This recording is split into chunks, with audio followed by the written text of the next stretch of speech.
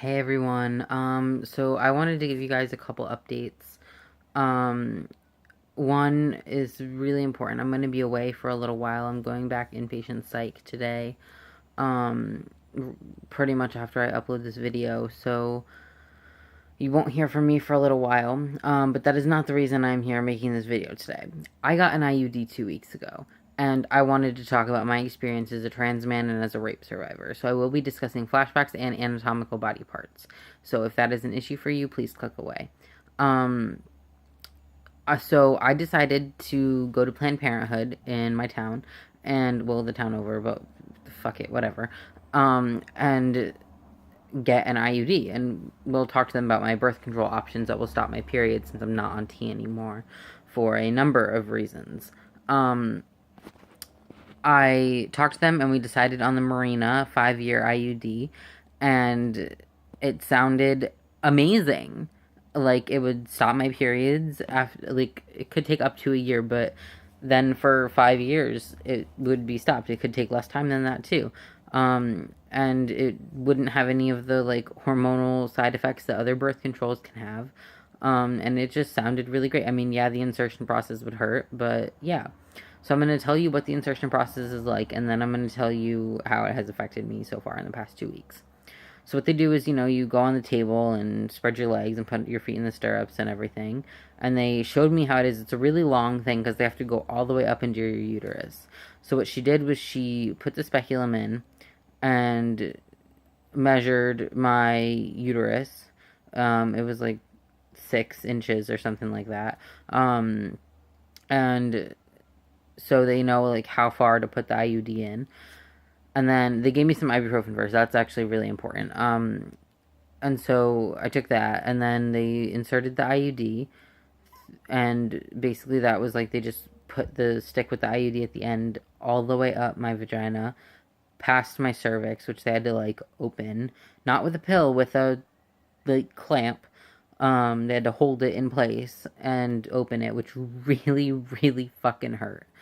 And then they inserted the IUD, and it felt like, imagine the worst period cramps you've ever had times 10. It was really, really bad. I'm not even gonna bullshit you. It was really, really difficult to deal with. Like, it's hard enough with the dysphoria, having somebody, down there with my junk and everything. But then as a rape survivor, it was even harder because of the pain. And I wasn't expecting to be as triggered by the pain as I was. Because usually I was like, oh, it's just an exam. It's going to hurt a little bit. It's fine.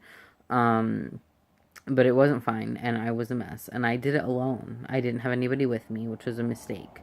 So I really, really suggest, whether you're a survivor or not, have somebody with you to hold your hand and tell you you're okay. Because it hurts. It's a difficult process. Um, yeah, so that's the insertion process.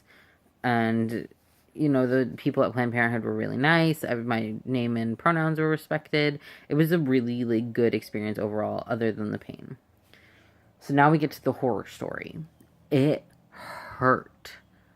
They said it could be painful for up to like 2 days after. They said the first day is the worst, like the day you get it inserted, and then after that it is a lot easier.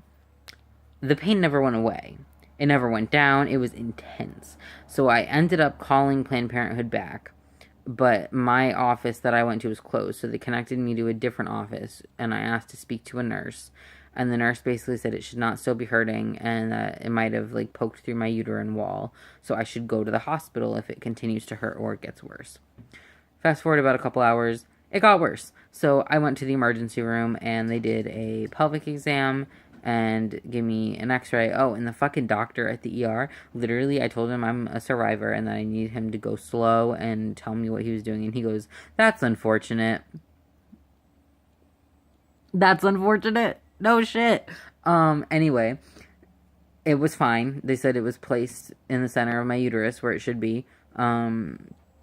And that everything was fine and that I should go home. And he gave me Percocet and told me to take it for up to a week. But, they only give you 8 pills and you're supposed to take it every 8 hours. So, fucking narcotics laws, I swear. Stupid ass shit. And so I've been taking them slowly.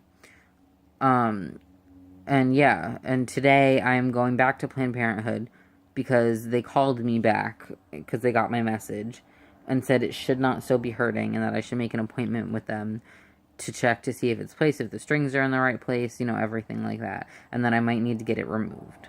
It sounds like I'm going to have to get it removed, which is where I'm going to go today, and then I'm going to the hospital after that. As for why I need to go to the hospital, in order to take the Percocet that I needed for my IUD, I had to go off of one of my psych meds because it interacted, which was not a good choice. So that's what happened, and so that's why I have to go to psych today.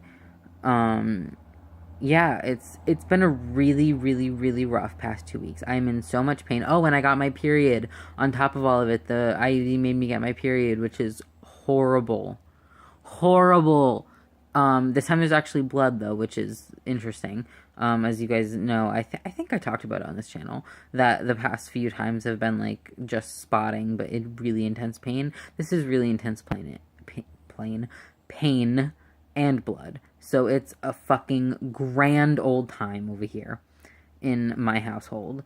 So yeah, that's the situation, and I will make a video about the removal process if I get it removed, and how that all went when I come home from the hospital in about a weekish, I'm assuming. Yeah, so that's it. Thanks, guys. See ya.